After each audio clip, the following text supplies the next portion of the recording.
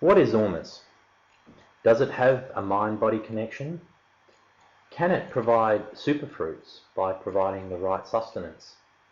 Or does it in fact relate to the secret alchemy? Well, that's up for you to decide.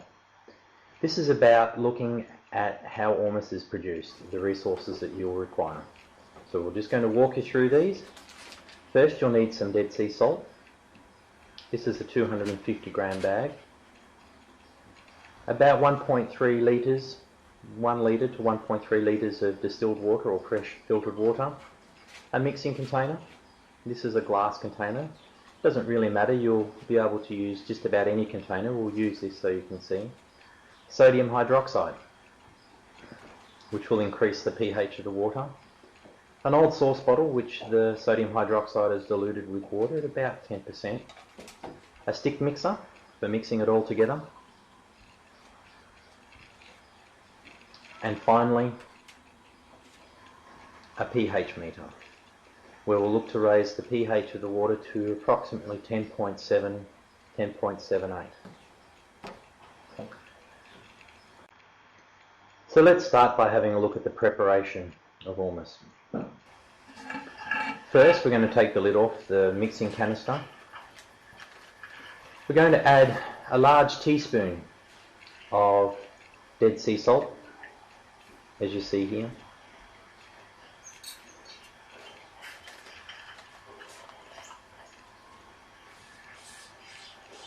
Add to this approximately 1 litre of fresh filtered water or distilled water. Pouring some water in.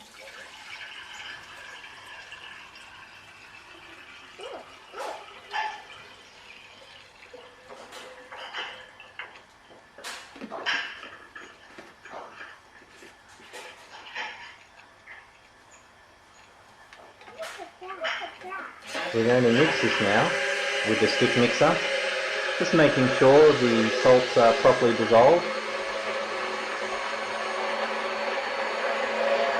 Only takes a few seconds to mix dilute the salt in the water.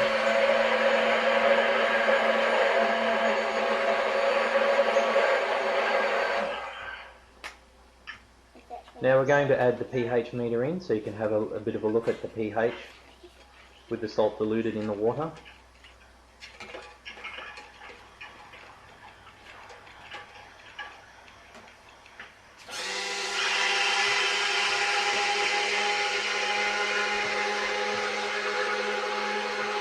And as you see here, it mixes up to about 8.9 to 9 pH. Now slowly we're going to add the diluted sodium hydroxide.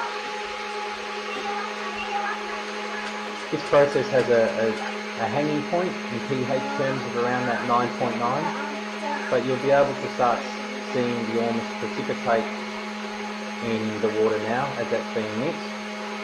And we're looking to get this at around 10.7 to 10.8. Just continuing to add small amounts of diluted sodium hydroxide so we get a stable reading at around 10.7.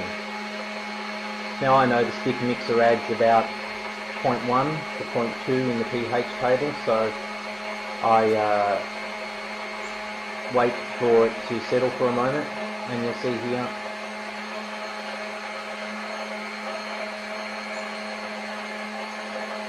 that we'll just need to add a little more.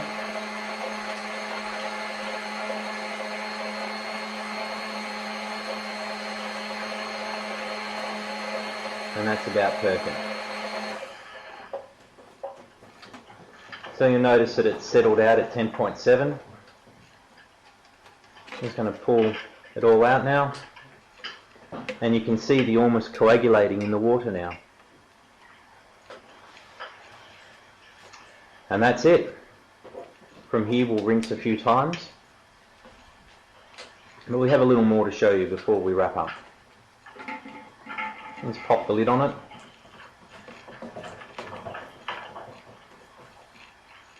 And this is what's produced from 250 grams of Dead Sea salt, around 2.5 litres. What you can see here is a time lapse over a 7-hour period of the Ormus settling to the bottom. You see it's slowly settling.